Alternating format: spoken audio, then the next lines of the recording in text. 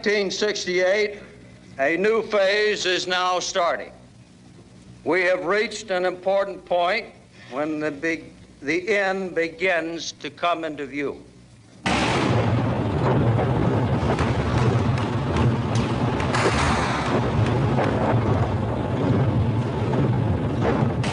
Tet, the Vietnamese New Year. A massive Viet Cong and North Vietnamese offensive struck the cities of South Vietnam.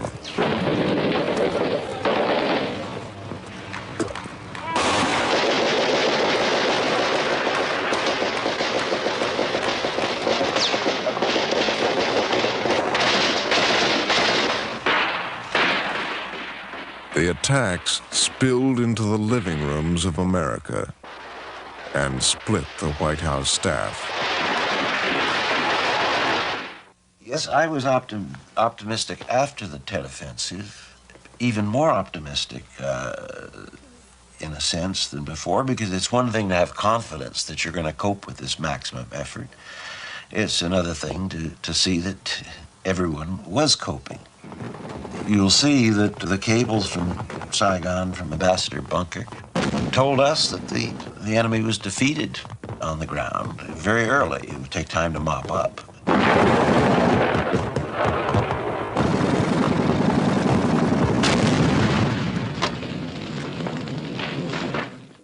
For the rest of us who were not in the National Security Council staff, even though we were reading many of those cables and going down there for such reassurance as we could get, we were also watching the American television. And American television was showing a different side. That sense of the awfulness, the endlessness of the war, the unethical quality that did not recognize that when a man was taken prisoner, he was not to be shot at point-blank range. The terrible sight of General Luan raising his revolver to the head of a captured Viet Cong and killing him.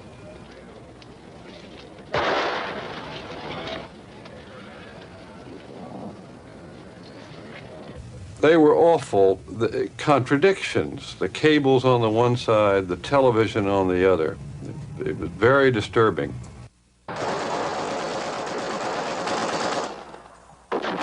Vietnam was history's first television war.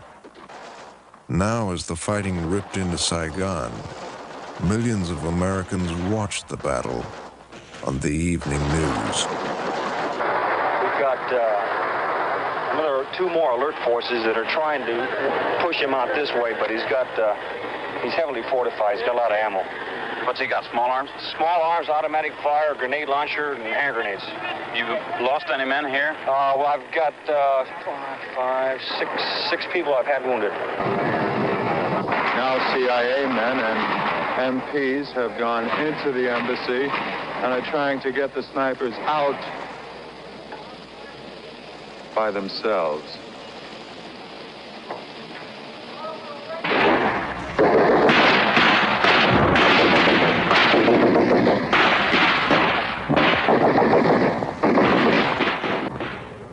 Nothing dramatized the Viet Cong's drive more vividly to Americans than the scene inside the U.S. Embassy compound in Saigon, the South Vietnamese capital. The center of American power in Vietnam had come under fire.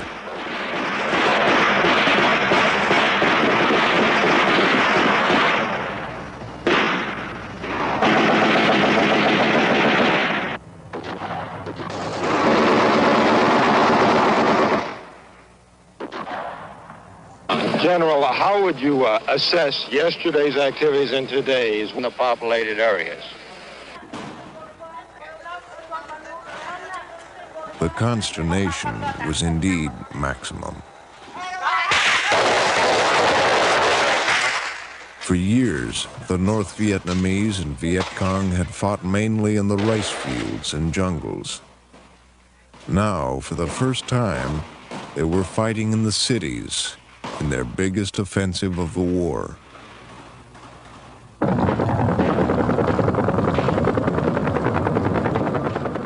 They hit nearly every province and district capital across South Vietnam. They hit Westmoreland's own headquarters near the Saigon airport. They hit key targets throughout Saigon, including the government radio station. This is the main Vietnamese language radio station in Saigon. And right now there are an undisclosed number of VC inside occupying the station. They are not broadcasting on the air, and they're surrounded by South Vietnamese troops, and they're pinned down inside. We think they're going to be throwing tear gas any moment now to try to get them out that way. There's been a lot of shooting out the windows from inside, up on the second floor.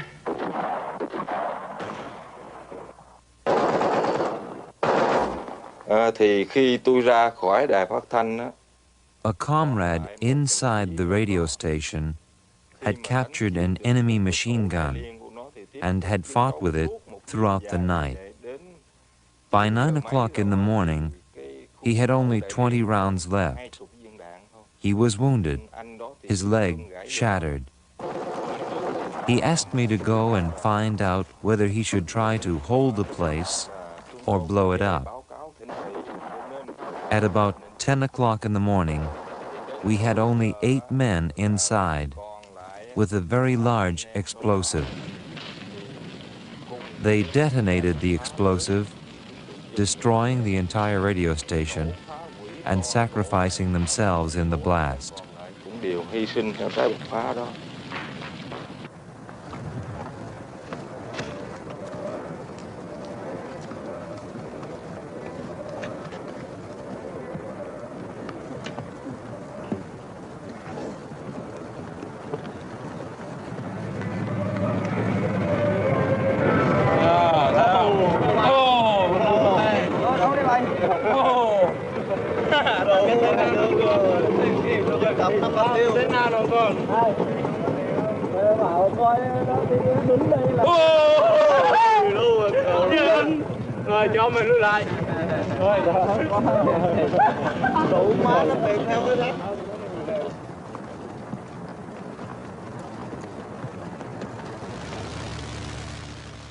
U.S. combat troops had been in Vietnam for nearly 3 years before Tet 1968.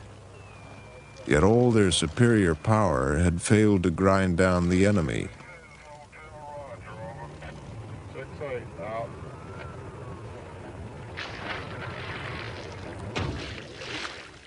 The war was deadlocked.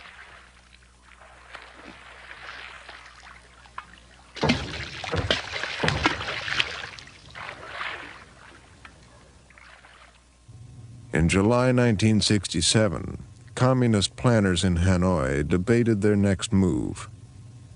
Some wanted to continue their war of attrition,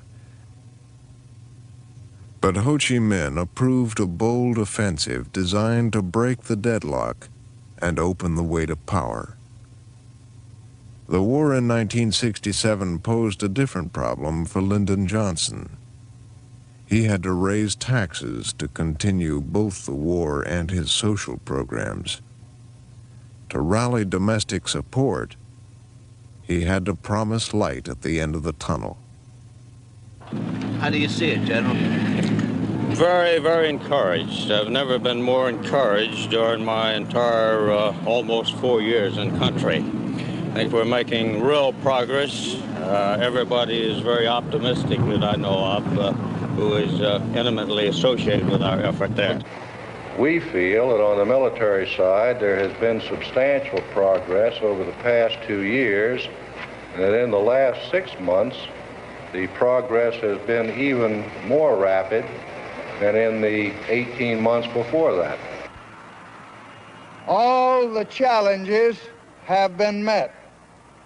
The enemy is not beaten, but he knows that he has met his master in the field.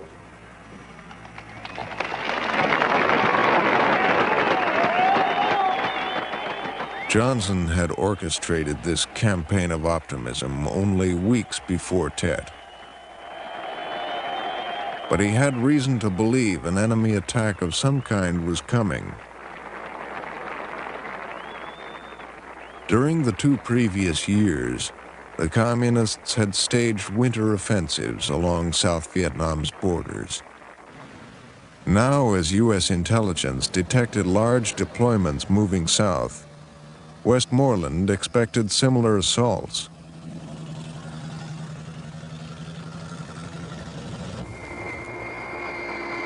He rushed 6,000 American Marines and South Vietnamese troops to Khe San, a remote frontier outpost near the Ho Chi Minh Trail. From here, he had hoped to control North Vietnamese infiltration into South Vietnam's northern provinces.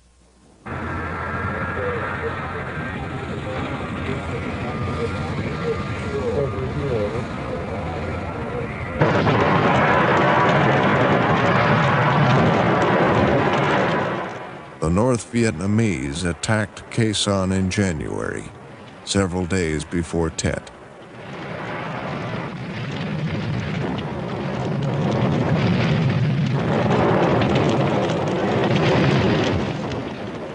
Westmoreland thought this would be a decisive engagement.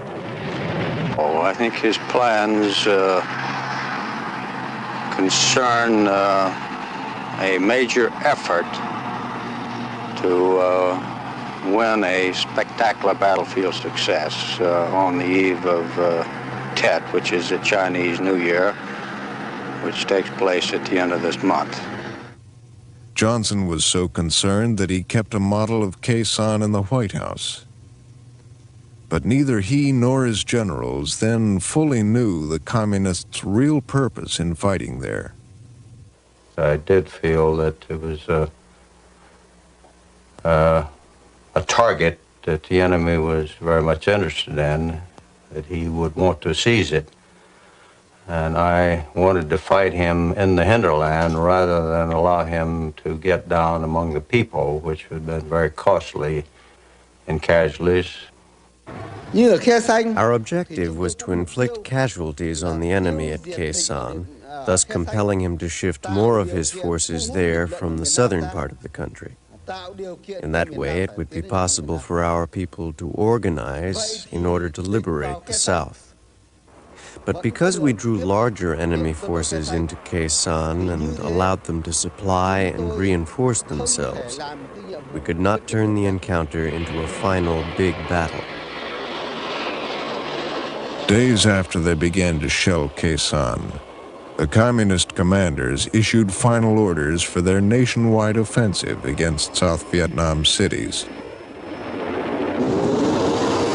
The longest battle was waged for Hue, the old imperial capital.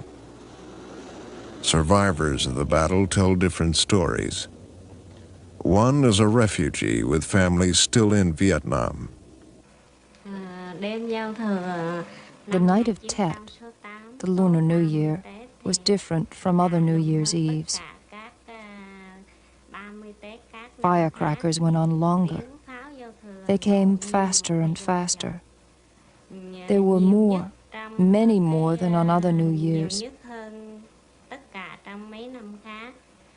The sounds of firecrackers and gunfire interspersed. Nobody realized that it was the gunfire of communists who were overrunning the city of Hue.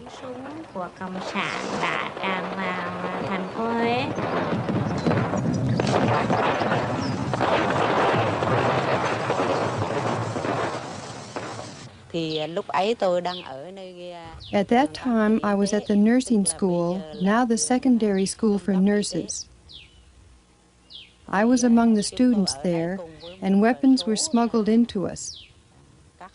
At the nursing school, we also managed to print a number of leaflets and tracts for the National Liberation Front, calling on the population to remain calm and not carry out reprisals when its forces entered the city. For example, when people arrested an enemy agent, they were to turn him over to the cadres.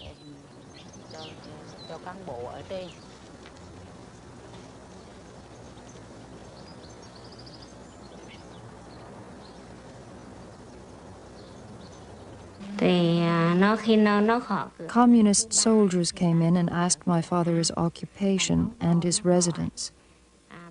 They told my father to describe his background. My father replied that he was Deputy District Chief of Khe San and that he was already old and would retire in 1 year. They wrote down everything, then went on to other houses.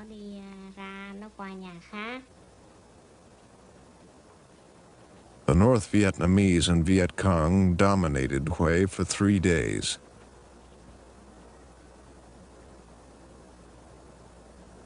They rounded up South Vietnamese officials and government sympathizers. Some eluded arrest and fled with other civilians. Many did not. My father was ordered to attend a study session for 10 days, and he was told that he would be released afterward. My mother and I accompanied him to the school. There were about 100 persons there. We stayed there until we saw my father leave. My mother and I were very worried because in 1946, my father's father had been arrested in the same way by the communists. He never returned.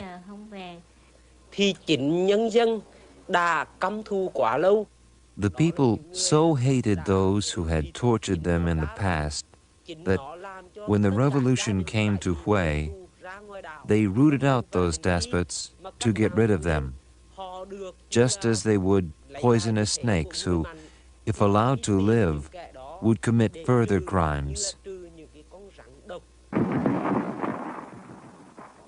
Troops of South Vietnam's 1st Infantry Division joined U.S. Marines in the counterattack against Hue.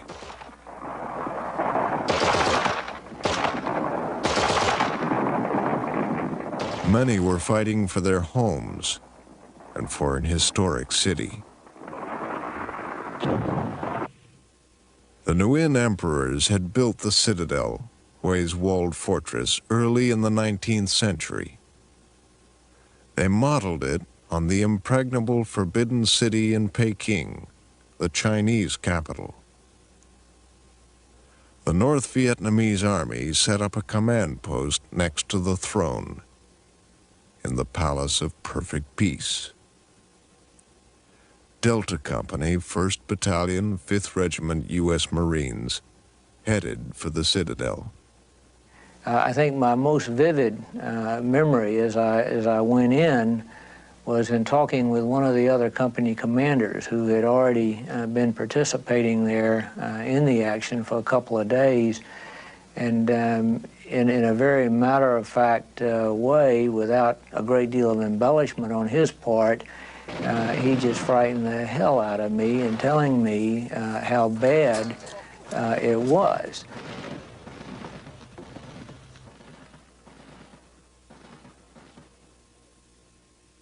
And I thought in my mind right then and there that, you know, hey, here I am with a fresh company, and I knew without having to be told that what my mission was going to be the next day was going to be to go try to take this fortified tower position along the east wall.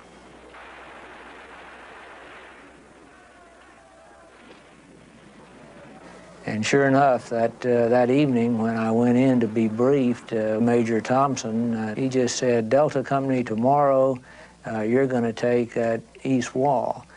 And I said, aye, aye, sir, and went at it.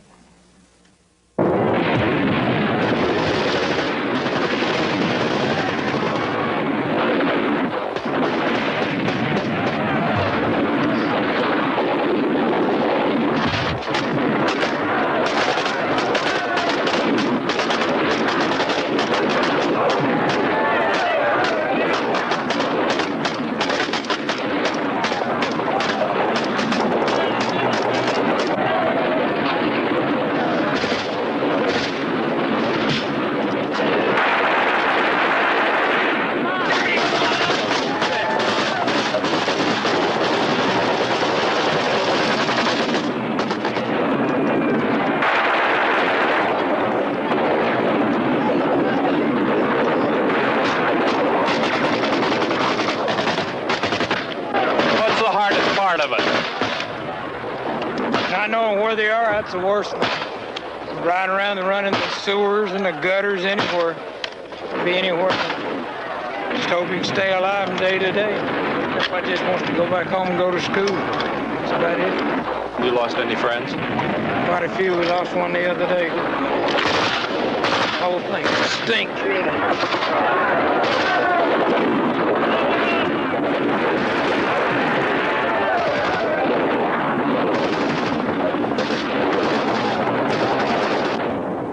2 days later, on February 14th, Delta Company took the fortified tower, then moved on. We tried our best to avoid malicious damage, if you would. We just didn't shoot at walls just to blow them down. But when we had to shoot at a house, we shot at a house. When we had to destroy a house, we destroyed it.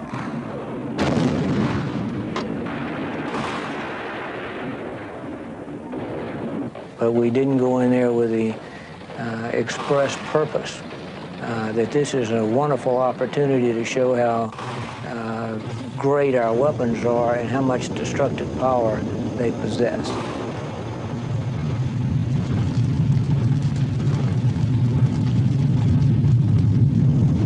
As a result of their being so entrenched, it required for us to bring maximum firepower at our disposal to eliminate them.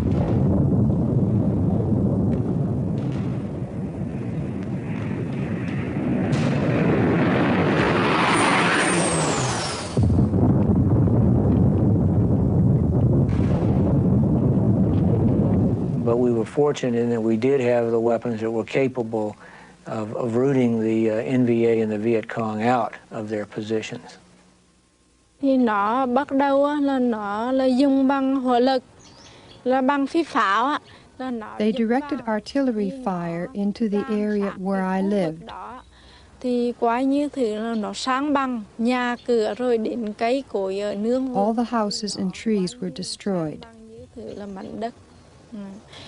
Thì ở trong này á là đồng thời là nó bắn bằng. They also directed rocket fire against the homes of the people in my neighborhood. Thì vào trong ở đấy là dân thường là chìm bằng. The people here used kerosene and gasoline, and so their homes burst into flames when they were hit by the rockets.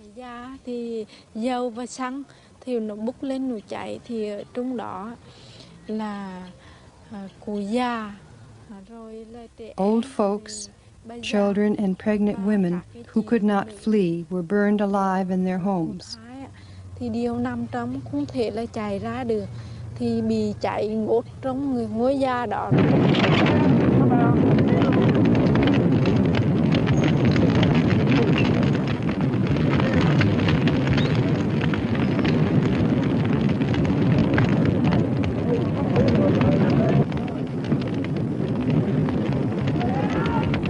And throughout all of this, you constantly had this fear. Not so much that you were going to die, because I think to a certain degree that was a given. This was combined with the semi-darkness type of environment that we were fighting in because of the low overcast, the fact that we didn't see the sun. Gave it a very eerie, spooky look. You had this utter devastation all around you.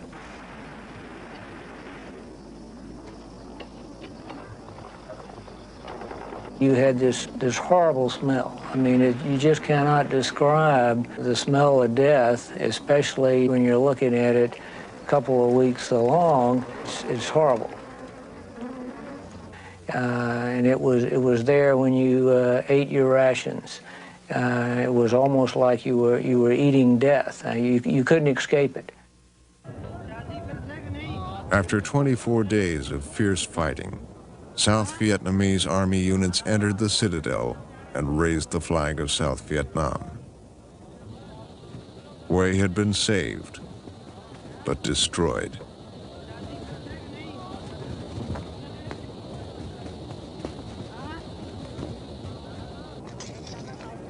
75% of its people were homeless. 8,000 soldiers and civilians on both sides had been killed in the fighting. But the final toll was higher.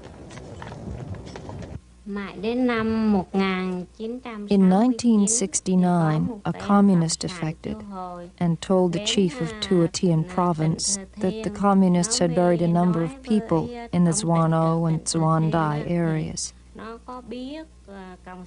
The province chief ordered the bodies dug up to exhume the remains of those who had been arrested during the Tet Offensive.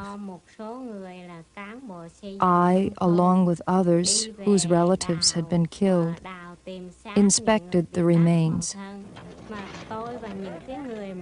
The smell was terrible, but we had loved and missed our relatives, and it was our duty to search for them.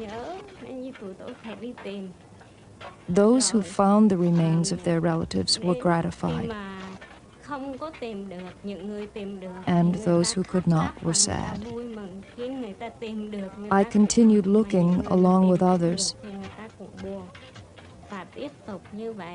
At Phu Du, 8 more tunnels were dug up. Strangely, all the skulls of the skeletons were smashed. Their arms were tied, and their positions indicated that they died kneeling.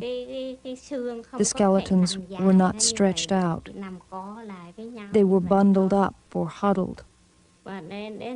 I went on following the search party up until September 1969, but I never found my father's remains.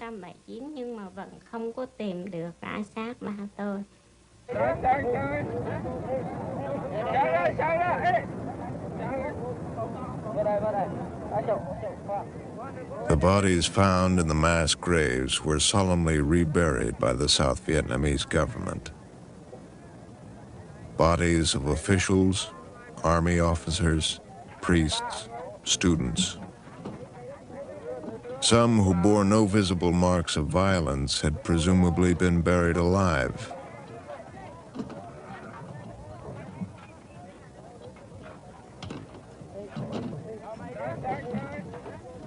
"2,800 bodies were eventually found, and the massacre prompted U.S. and South Vietnamese officials to predict a bloodbath if the communists won the war.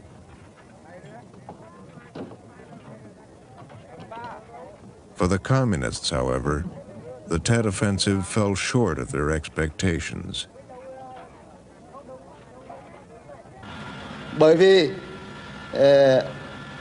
At that time in the North, we had devoted our resources and our energy to the liberation of the South in 1968.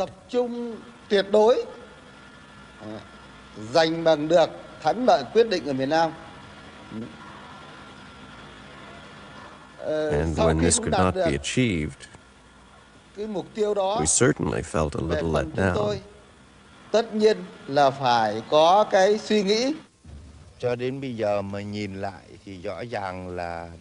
Looking back at it now, it is clear that the first objective, the liberation of the South, was not accomplished. But at that time, we did attack the command centers of the American forces and the puppet regime in the urban areas as well as in the provinces. We attacked the provincial headquarters, the Saigon Presidential Palace, the various secret police headquarters, and the radio stations. And in Saigon, we fought our way into the American Embassy, which was the most important American headquarters in the South.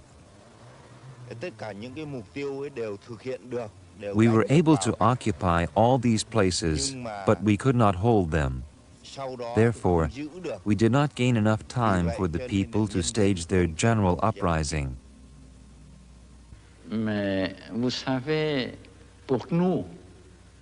For us, you know, strategy is never purely military.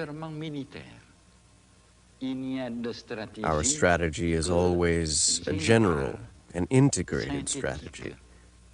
simultaneously military, political, and diplomatic.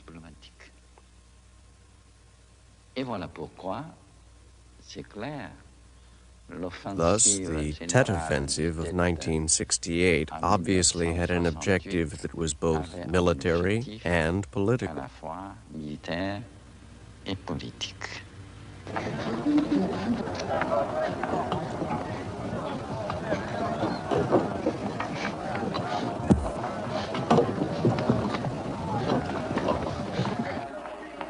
As a military operation, the offensive had failed.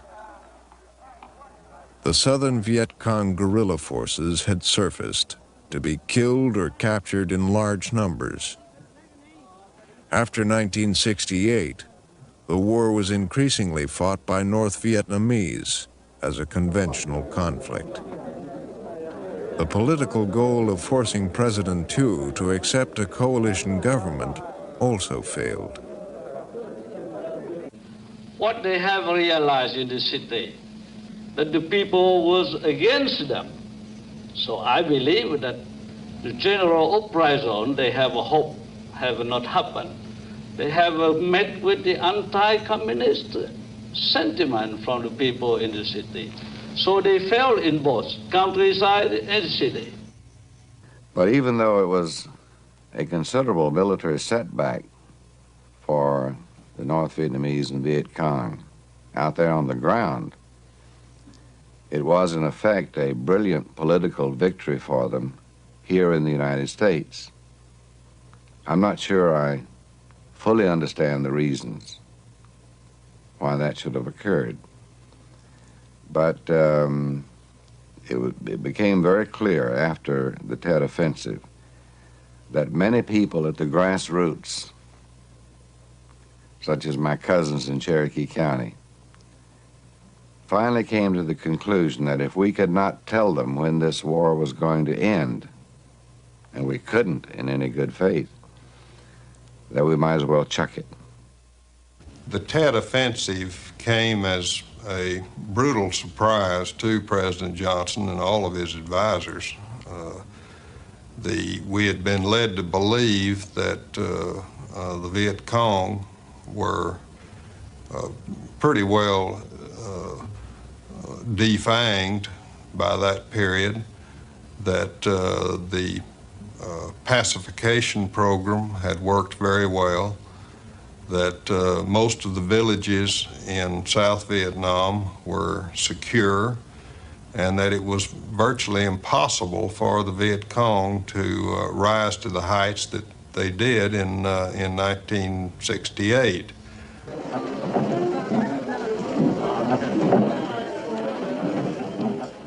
The shock of the Tet attacks forced Johnson, the commander-in-chief, to seek refuge in the military.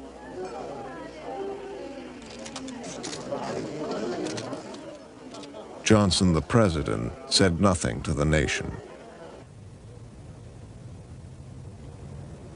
Tet had crystallized the dilemma of the war. Johnson wanted victory, but his enemy, though rebuffed, was still not defeated. Could he win now without expanding the war and committing more troops? At the time of the Tet Offensive, I asked for only those troops that were on the way to me anyway, that had been promised and had been organized, and I asked that they be accelerated. Johnson approved this request and sent off an airborne unit.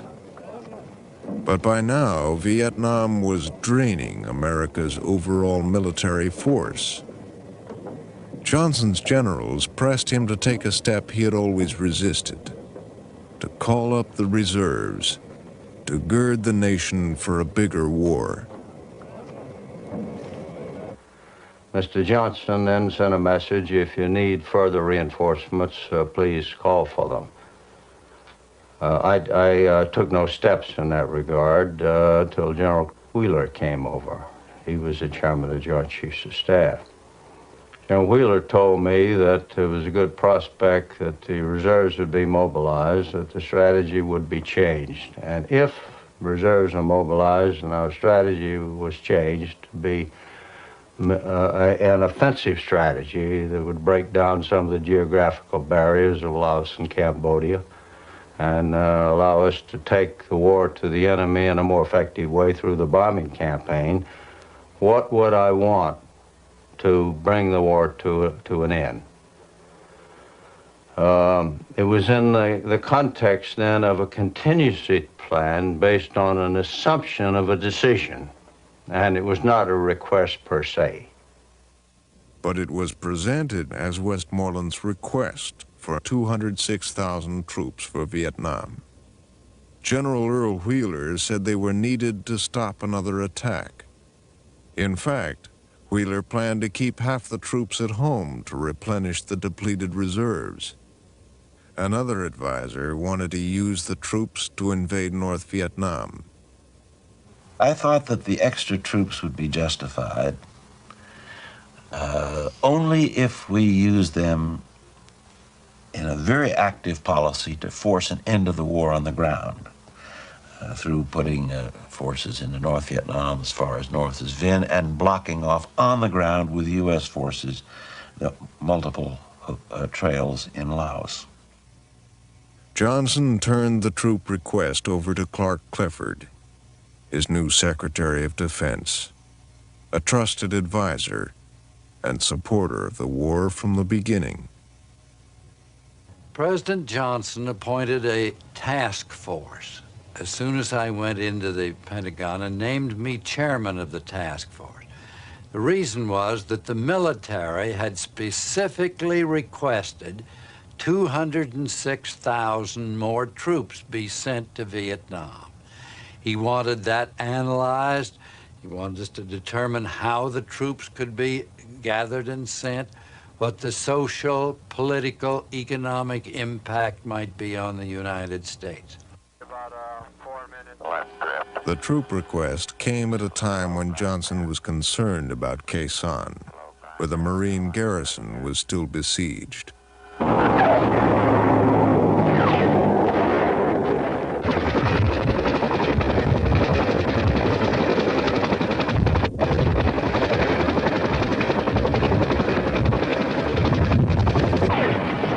Johnson believed the North Vietnamese still planned a major assault against Khe San.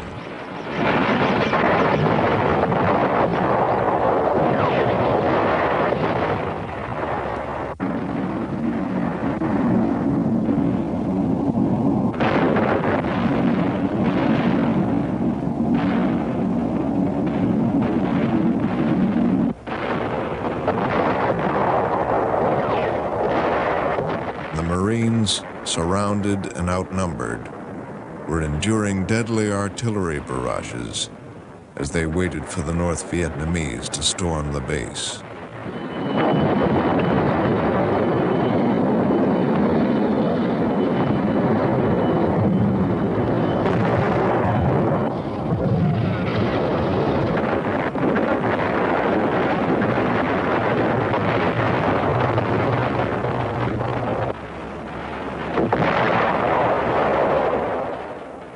To meet the needs of these fighting men, we shall do whatever is required. Make no mistake about it. I don't want a man in here to go back home thinking otherwise. We are going to win.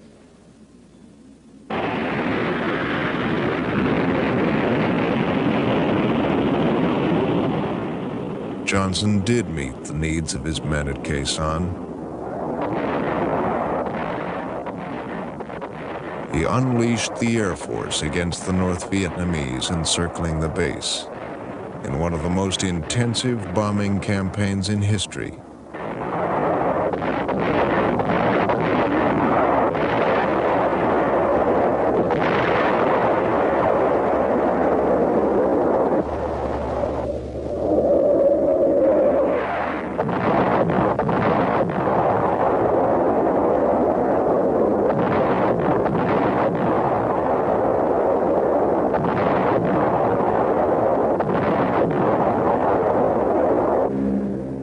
By early March, assured that Khe San was safe and the Tet Offensive repelled, Johnson quietly shelved the request for 206,000 troops. But the troop request had deeply influenced his new Secretary of Defense. I know for 3 full days I spent down in the tank with the Joint Chiefs of Staff, where you sit with all of the communications devices that go all over the world. We had long talks. How long would it take? They didn't know. How many more troops would it take? They didn't know. Would 206,000 answer the demand? They didn't know. Might there be more? Yes, there might be more. So when it was all over, I said, what is the plan to win the war in Vietnam? Well, the only plan is that ultimately the attrition will wear down the North Vietnamese and they will have had enough. Is there any indication that we've reached that point? No, there isn't. As a result of that kind of interview and that kind of information, before the final examination was over and we submitted our report to President Johnson, I had turned against the war. But we don't plan to surrender either, and we don't plan to pull out either, and we don't plan to let people influence us and pressure and force us to divide our nation in a time of national peril. The hour is here. I then decided that what I must do would be to get all of the strength that I could, because the mere fact that I had reached the conclusion was not very significant, because the decision really lay with President Johnson. Clifford said, I noticed you this afternoon at the State Department, and it seems to me you and I are on the same side. And I think we should form a partnership. You should be the partner in the White House, and I'll be the partner in the Pentagon. You tell me what goes on over there that you hear, and I'll tell you what happens over here. And together we'll get this country and our president out of this mess. Harry was our secret dove. Harry was very close to the president. Harry and I were close. Harry was close to other members of the White House staff. We began to develop a group, and I know that after a while the question would be very secretly, is he with us? That means, is he part of this group that is organized and dedicated to changing Lyndon Johnson's mind? It was almost like some very similar expression used in the French Revolution. Is he with us? Without his having to say so, getting us out of this mess did not mean putting in another 200,000 or 300,000 men in order to beat North Vietnam, the Viet Cong. It meant to begin the process of de-escalation, as it was called, of disengagement of the United States. I was exhilarated.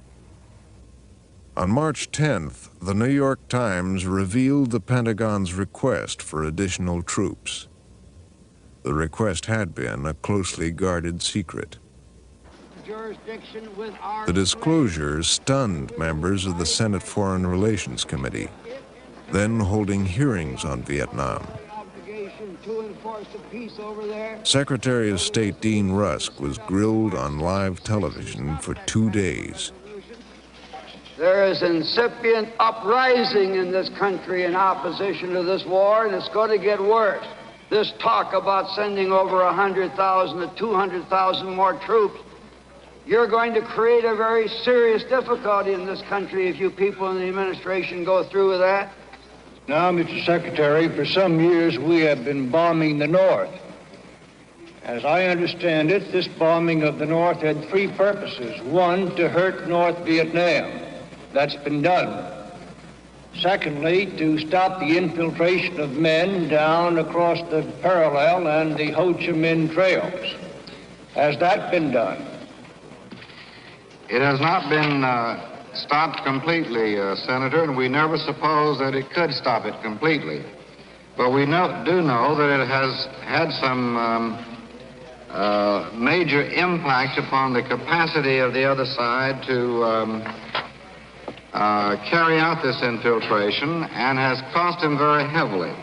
The rate of infiltration in 1965 was about 1,500 a month. In 1966, about 4,500 a month. In 1967, between 5,500 and 6,000 a month.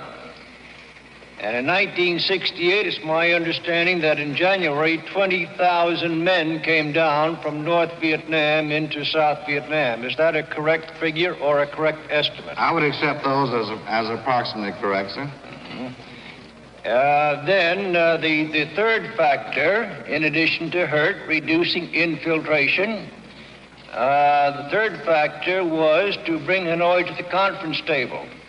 Are they any closer to the conference table now than they were when the bombing began? We have seen no evidence that they're prepared to undertake serious discussions toward a peaceful settlement of this situation. Senators Morse and Mansfield had long opposed the war. But after Tet, supporters like Senator Carl Munt of South Dakota began to abandon Johnson. One who has consistently supported the decision of the administration to stay on and press on with this war, I am totally and sorrowfully disappointed by your answer. And I think this is one of the great causes for dissension in this country. Now Congress wanted a change, either victory or withdrawal. Congress, also concerned about the cost of the war, forced Johnson to trim his domestic programs. He could not spend more on a limited war, and he feared an expanded war. Johnson's greatest fear, as he once put it, was that an American pilot was going to miss his target in Hanoi or Haiphong Harbor and put a bomb down the smokestack of a Russian freighter with the Russian minister on board, and that the pilot would be from Johnson City, Texas. He was extremely disturbed that we might provoke the Russians or earlier the Chinese into coming to the aid of Vietnam, and that was one of the tremendous dilemmas he had throughout the war, when a great many Americans wanted the United States to go ahead and finish it off. Johnson also had to consider the war at home. Until then, he had dismissed street demonstrations. But 1968 was a presidential election year, and out of the growing anti-war sentiment, there emerged a peace candidate, thrust into prominence by the shock of the Tet Offensive. I am a candidate for the nomination of the presidency on the Democratic ticket.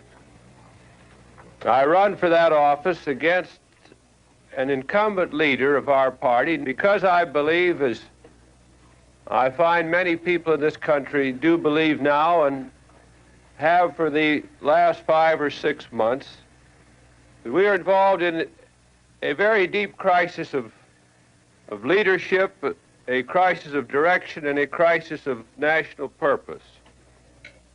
And the entire history of this war in Vietnam, no matter what we call it, has been one of continued error and of misjudgment. Senator Eugene McCarthy nearly beat Johnson in the New Hampshire primary, and the close vote jolted Johnson. At the time, it looked like a vote for peace. In fact, it was a vote against Johnson's conduct of the war. Many New Hampshire voters felt that he wasn't being tough enough. They favored getting out of a war he refused to win.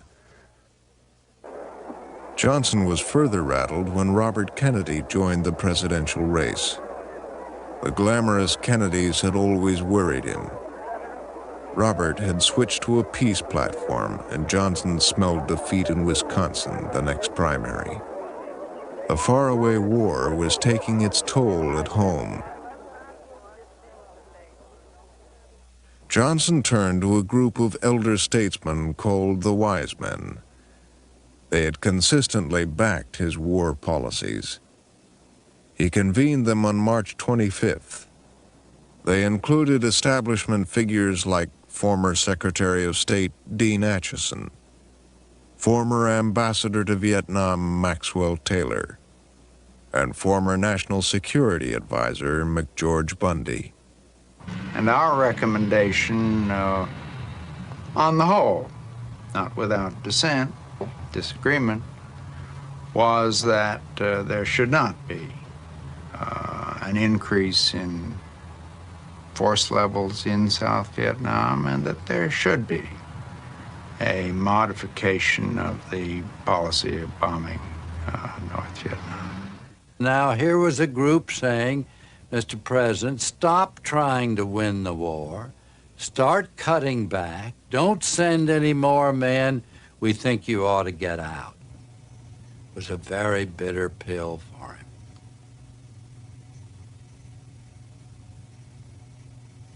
I think he had himself decided, really, that he would not do the ground force reinforcement.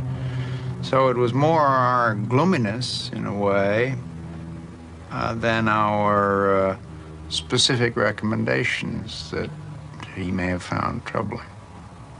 To meet price increases in the cost of... On the afternoon of March 31st, after 2 months of indecision, Johnson rehearsed an address to the nation, scheduled for that evening. One of those additional expenditures is, so get Clifford and see what figures.